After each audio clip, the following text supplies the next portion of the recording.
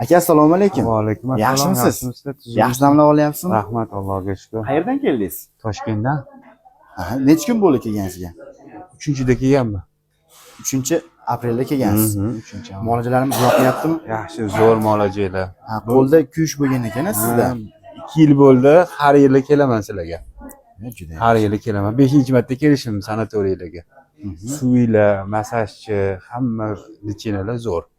Shuning uchun Toshkentdan har yili yilda bir marta har kun kelaman, 10 kunga. Muolajalar yaxshi, odamlar yaxshi. Zo'r, ovqatlar hammasi. Effektini olasiz. Effektini o'sha bilganim uchun shu kelaman makaqa. Yaxshilik uchun kelaman, постоянный. Har yili bir marta kelaman. Aynan bizdagi oltin gutli suv mana shu kuygan teri to'qimalarni tiklashga yordam beradi, yumshatadi. Shunaqa. Fizikchilarda olyapsiz ekan mana.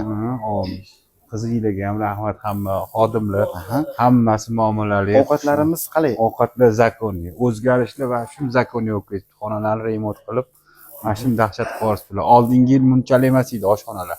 Bu yil yaxshi bo'libdi, zo'r. So'z temasini yaxshi. Tavsiya qilyapsizmi axir?